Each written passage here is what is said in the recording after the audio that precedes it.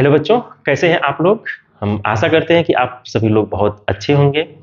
जो एग्ज़ाम 10 नवंबर को हुआ था एनएमएमएस का, उसका मैंने आंसर की जारी कर दिया है। आप सभी लोग पहले यह सुनिश्चित कर लें कि आपके कितने मार्क्स सही हो रहे हैं। अगर आप अभी तक उस वीडियो को नहीं देखे हैं तो हम उसका लिंक डिस्क्रिप्शन बॉक्स में दे देंगे। आप वहां से जाकर के यह देख लीजिएगा कि आपके कितने नंबर सही हो रहे हैं। उसके बाद आप इस वीडियो को जो है लास्ट तक भी देखिए। इससे आपको ये पता चल जाएगा कि कितने मार्क्स पर आपका सिलेक्शन हो जाएगा, यानी आपको स्कॉलरशिप मिलेगी कि नहीं मिलेगी इस वीडियो के बाद तय हो जाएगा। तो इसलिए इस वीडियो को आप अंत तक अवश्य देखिएगा।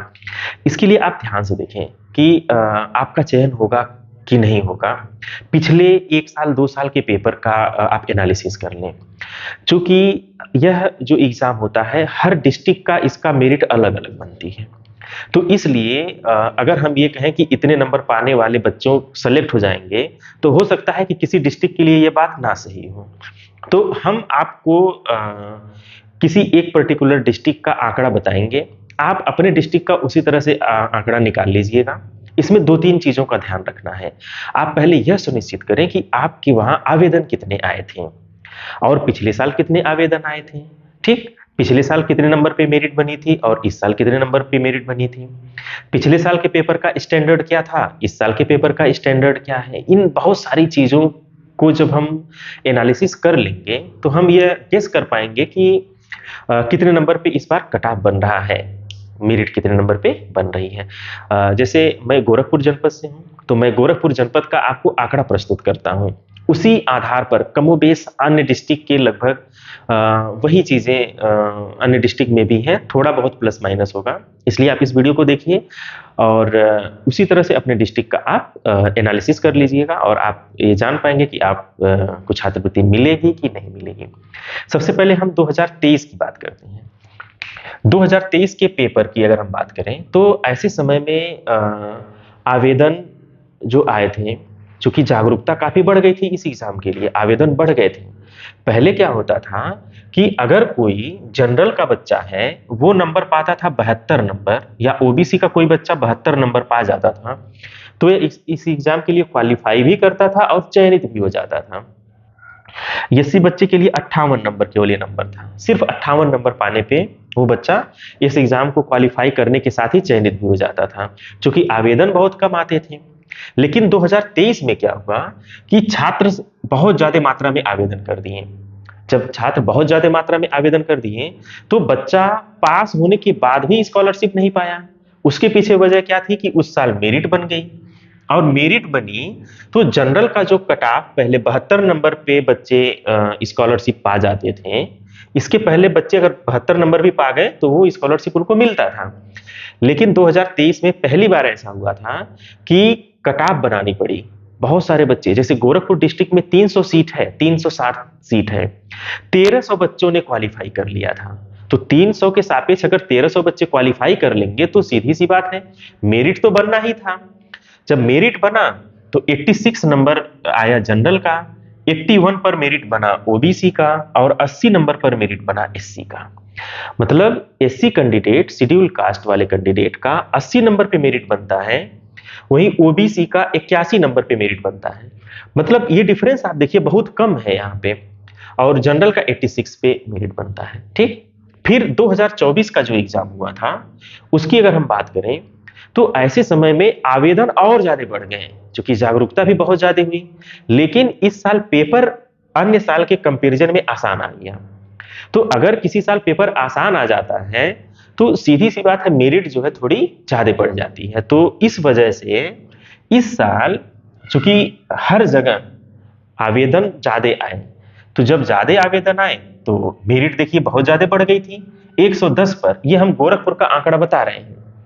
गोरखपुर में 110 पर जनरल की मेरिट बनती है, वहीं ओबीसी की मेरिट बनती है 103 पे और एससी की मेरिट बनती है 100 पे। यानी 100 से कम नंबर पाने वाला गोरखपुर डिस्ट्रिक्ट का कोई भी बच्चा इस एग्जाम के लिए सेलेक्ट नहीं हुआ जिसको ये स्कॉलरशिप मिली। यानी 100 नंबर से ज्यादा पाने वाले बच्चे ही इस एग्जाम में सेलेक्ट हुए जिनको स्कॉलरशिप मिलने वाली है। अब हम बात करते हैं 2025 का। अब 2025 में क्या हुआ, जितने आवेदन 2024 में आए थे, हर डिस्ट्रिक्ट की हम बात कर रहे हैं, हर डिस्ट्रिक्ट में आवेदन कम आए या लगभग उतने ही आवेदन आए, 100-200 प्लस माइनस, या 100-200 बढ़े या 100-200 घटे। मतलब किसी किसी डिस्ट्रिक्ट में बच्चों की संख्या लगभग कांस्टेंट थी, 100-150 का डिफरेंस था, या तो कम हुए या तो ज्यादा हुए।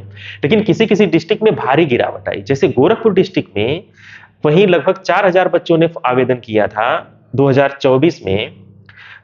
वहीं पे 2025 के लिए जो एग्जाम इस समय हुआ है, ये जो एग्जाम हुआ वो 2025 के लिए हुआ है, क्योंकि जब बच्चा 9th में जाता है तब उसको स्कॉलरशिप मिलेगी, 2025 में स्कॉलरशिप मिलेगी। तो 2025 का एग्जाम 2024 में होता है, 2024 के लिए 2023 में ही एग्जाम हो जाता है, तो इसमें एक साल पहले ही एग्जाम हो जाता है अगले साल का। तो 2025 का एग्जाम इस साल 10 नवंबर को हुआ, 10 नवंबर 2024 को हो गया 2025 के लिए, ठीक। और 2024 में जो आवेदन आए थे वो लगभग 4800 समथिंग आवेदन थे। वहीं पे 2025 में लगभग 2300 के करीब 2300-2400 आवेदन आए, जिसमें 2192 बच्चों ने इस एग्जाम में सम्मिलित हुए, ठीक। तो 2192 लगभग 2200 बच्चे जो है इस एग्जाम में इस बार सम्मिलित हुए। कहां लगभग 4000, कहां लगभग आधी संख्या आ गई। तो जब आवेदन कम आते हैं तो सीधी सी बात है मेरिट कम जाएगी। तो यहाँ पे अगर आपके भी डिस्ट्रिक्ट में, आप जिस भी डिस्ट्रिक्ट से आप हमारी वीडियो देख रहे हो, आवेदन कम हुए हैं, तो सीधी सी बात है मेरिट तो कम जानी ही जानी है। और दूसरी बात, जो इस साल पेपर आया था उसके कंपैरिजन में इस बार का पेपर देखें, तो जब आप इस बार का पेपर देखेंगे तो ये थोड़ा सा एडवांस था, थोड़ा सा उससे कंपैरिजन में टफ पेपर था। कुछ ऐसे क्वेश्चंस थे जो बिल्कुल नए बनाए गए थे इस बार। और आपको ये पेपर आसान सा दिखने वाला पेपर बहुत गलतियां करवाया। बहुत सारे बच्चों के, अच्छे अच्छे बच्चों से जब मेरी बात हुई तो वो क्वेश्चन गलत कर दे रहे थे। तो आसान सा दिखने वाला पेपर आसान नहीं था, मतलब आप वहां पे भरपूर गलती की है, ज्यादा मात्रा में गलती की है, तो इसका असर मेरिट पे तो पड़ेगा ही पड़ेगा। तो कितनी मेरिट कम होगी? मेरिट कम होने के दो रीजन हैं। एक तो आवेदन कम आए हैं, दूसरा जो रीजन है ओएमआर में बदलाव किया गया है। ओएमआर में जो बदलाव किया गया है वो ज्यादा इफेक्ट डाल रहा है। मैंने तो देखा कई सारे सेंटर में बच्चे जो है रोल नंबर नहीं सर्किल कर पा रहे थे जब उसमें भरना था। हालांकि इसके लिए भी हम वीडियो बनाए थे, सब कुछ किए थे, लेकिन जागरूकता के अभाव में वो बच्चे वीडियो नहीं देख पाते हैं, जो कि ग्रामीण अंचल के बच्चे हैं। तो सर्किल करने में बच्चों ने गलती किया है, दो ऑप्शन पे सर्किल कर दिया है। तो इस वजह से जो है, चूंकि ओएमआर में बदलाव आया था, तो ये भी एक वजह है कि मेरिट थोड़ी कम जाएगी। अब कितनी मेरिट जाएगी ये मतलब एक ऐसा प्रश्न है जिसको बता देना वो आसान नहीं है। इतना सारा आंकड़ा इकट्ठा करने के बाद हम जो एनालिसिस किए हैं वो ये है कि अगर किसी भी डिस्ट्रिक्ट का कोई भी बच्चा 100 नंबर पा रहा है या उससे ज्यादा नंबर पा रहा है, उसको स्कॉलरशिप मिलना तय है। मतलब अगर आप 100 नंबर पा रहे हैं या उससे ज्यादा नंबर पा रहे हैं, आप चाहे जनरल के हों, चाहे ओबीसी के हों, चाहे एससी के हों या एसटी के हों या अदर हों, तो आपको स्कॉलरशिप मिलेगा, ठीक। लेकिन 100 नंबर से कम इस बार जो है कट ऑफ जाने वाला है। पूरी संभावना है कि कट ऑफ जो है 100 नंबर से कम जाएगा।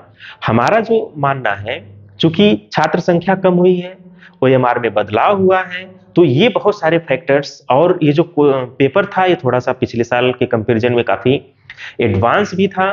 तो इन सब चीजों को अगर हम देखें तो हम ये पाते हैं कि अगर कोई बच्चा जो जनरल कैंडिडेट है, सामान्य से जो बिलोंग करता है, वो 95 नंबर पा रहा है, तो वो बिल्कुल सेफ जोन में है। मतलब वो उसको स्कॉलरशिप मिलेगी, ठीक। और अगर कोई बच्चा ओबीसी का है, वो 92 नंबर पा रहा है, तो वो भी लगभग सेफ जोन में है। 92 या उससे ज्यादा नंबर पा रहा है तो वो सेलेक्ट हो जाएगा स्कॉलरशिप के लिए। और एससी कास्ट का अगर कोई बच्चा है, शेड्यूल कास्ट का है, वो 90 नंबर अगर पा जाए तो वो भी जो है मेरिट में आ सकता है, ठीक। ये एक गेस के आधार पे हम आपको बता रहे हैं कि 95 से ज्यादा नंबर पाने वाला जनरल कैंडिडेट का कोई भी बच्चा रहेगा उसको स्कॉलरशिप मिलेगी। 92 से ऊपर नंबर पाने वाला ओबीसी का कोई भी बच्चा रहेगा उसको स्कॉलरशिप मिलेगी, और 90 नंबर पाने वाला एससी का कोई बच्चा रहेगा उसको भी स्कॉलरशिप इस बार मिलने वाली है। बहुत सारे बच्चे इससे बिलो नंबर पाए हैं, उनको घबराने की जरूरत नहीं है। ठीक ऐसा नहीं है कि बेटा आप तैयारी किए और वो बेकार चली गई। ये एग्जाम ऐसा नहीं है कि यही अंतिम एग्जाम आप दे रहे हैं, अभी आप बिल्कुल शुरुआत कर रहे हैं।